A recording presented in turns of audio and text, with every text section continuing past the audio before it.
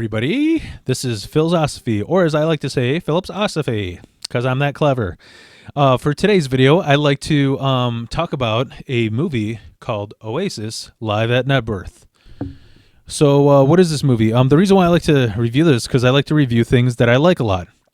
And recently, so I'm going to give this as a perspective from somebody who, I'll be perfectly honest, I didn't like Oasis growing up. I didn't. I was a little mean metalhead as a kid. I was, kind of a just angry little kid. And I remember, here's the funny thing is, here's how karma works. I remember to this day, I went with my friend to a record store. And when you walk in, on the left side, there was a little shelf where there was a few shelves where they put all this like free stuff, bumper stickers, magazines, demo CDs, raffles, and all this stuff, business cards that you can take for free. And I remember being there, and they had a whole stack. This is in Chicago, of Oasis tickets for a show that they were going to play. This was around like 2000 era. And I think it was something because like they wanted to fill the venue, or there was like, they just had 40 free tickets left, and So I remember going in, and I took that stack, and I looked at my friend. He goes, "You like Oasis?" I go, "This is how much I like them." And I tore them up, and I whipped them into the street. And now, years, like a decade and a few years later, I'm obsessed with Oasis, and that thing still haunts me to this day. I feel like such an idiot for doing that thing. I remember when I did it, I had like a feeling in the back of my mind. I'm like, I might regret this. Nah. And then I ripped it up, and I was just like, I should have gone with that feeling. Anyways, I saw this movie because I recently, during times like Corona and all that, everything's down, everything's shut down, everybody's depressed. I really got into Oasis a lot. I could not believe how much I love this band. And I, around the same time, I'm looking up research. I'm like, are they coming to town? Are they, obviously they're broken up, but I was like, is there any updates? The updates of Liam and Noel and their feud. And sure enough, it said, hey, there's a movie that they're releasing that's playing only in theaters. So the first off thing I wanted to say is probably a huge percentage of why I like this movie is because I saw it in a theater. It was like seeing a concert. The sound was absolutely amazing. So the sound was great. Now, as a movie, why am I reviewing this? As a movie, it was great. The reason why I say that is because, I remember being a kid and watching like Pink Floyd Pulse or live, and a lot of live DVD, or even like Metallica's S&M live thing, a lot of those a lot of music DVDs, it's nothing but the performance, which to me in 2022 now, it's a little bit boring, because I could just go on a binge on YouTube and watch, hey, I want to watch this band with this song, and there'll be 20 different live versions on YouTube. Why the hell should I watch, an entire concert? Knebworth was something else, because this movie. Another thing that I want to say, I'm telling this review not just from a perspective of a new obsessed fan, but also from the perspective of an average Polish American. All I know is my Polish upbringing and American upbringing. And when I watched this movie, it was just filled with this awesome British culture. And it talks about, it's sort of like, begins with how this show came about. It shows how Oasis, sort of, anybody who's fans out there probably knows the story, but it talks about, where they came from, the struggles that they went through, the poverty that sort of they had in Manchester, and how they, sort of converted all of that energy into beautiful music and soulful music. And one thing that really touched me in a way was they talk about all these, they're setting up this concert. They're like, all right, this is going to be huge, because that's the other thing that makes this movie significant is like every band has their peak. every band, every stand-up comedian, they sort of have this peak, and then it's like really, really hard to reach that place again. They either plateau or they're done, and usually they retire because it doesn't get any better than that. And so this was Oasis's peak. They were the hugest goddamn thing, and they're putting this show together. I think it was like 250 to 500,000 people. At the time, it was the biggest show put together in history. And it shows in the movie how all these different groups of people from different backgrounds, how much Oasis means to them and what they're willing to do to get to this show. And that's the part that I mean that sort of showed like this British culture where they're like, oh, I have to take this train to this train, and then I stopped at my mom's, and like it was just really, it was a world that I am not familiar with that I found incredibly interesting.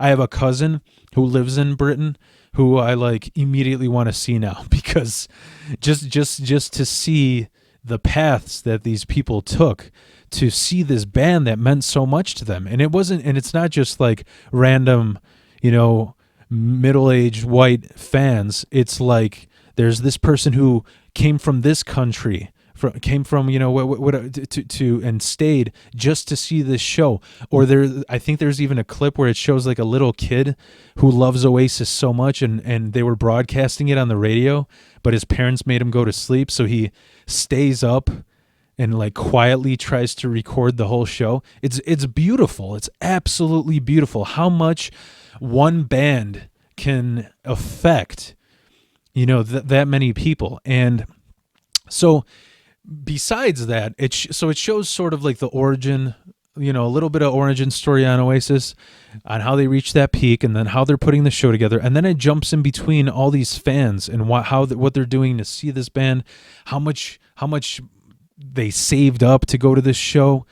And the biggest thing that really, really touched me, and this is what I want to say. Like when I heard, I don't think I would like Oasis to this day if I didn't hear this in the Knebworth movie. And it was about the feud between Oasis and Blur. And I'm sort of like trying to reiterate my interpretation of what I retained. So some of it may not be exact, but from what I retained, it was, Blur was sort of like this band from London, where it was like rich and uppity and just like, got their fucking nose up their ass. And Oasis was from Manchester. They were from this working class city where everybody sort of feels forgotten. They feel like, nobody gives a shit about them. Everybody gives a shit about London, England, and that's where the Queen is, and that's where, all the royalty is, and nobody even knows Manchester exists. And,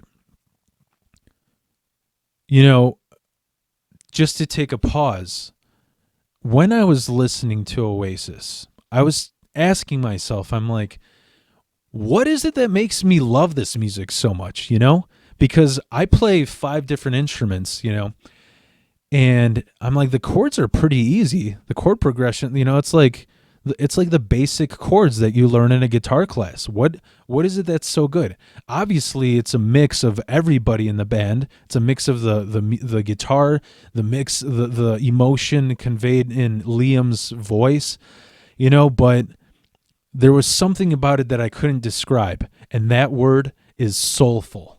It was soulful. The lyrics, the topics they sing about, it talks about, and it goes to, and that's where I'm sort of segueing back into this movie, is that they go to all these people in Manchester who are like, we felt like we're forgotten. We felt like, this is life. We just go to the factory and then sleep and then do it all over again for the next 100 years. And then one day we die.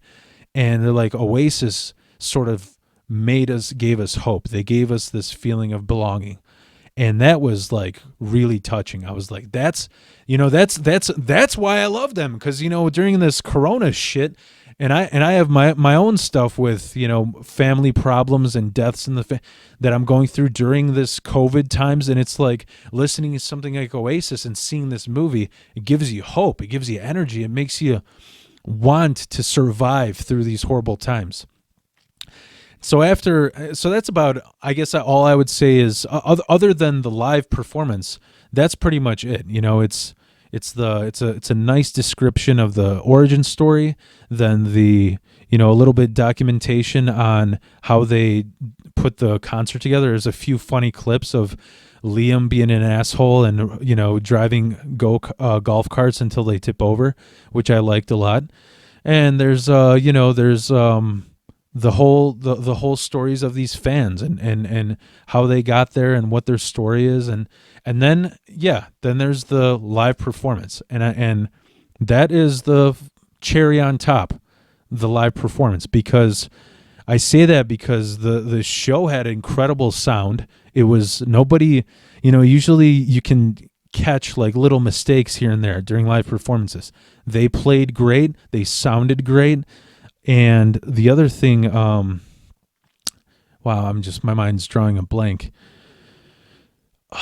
Oh, the other thing was that they played all of the songs that I like.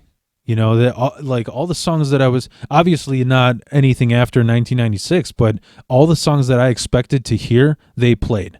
So that was really nice. Overall, I give the movie, as far as just a movie, I mean, I guess I would give it a 7, but as far as like a musical production and documentary, I would give it like probably a 9 or 10.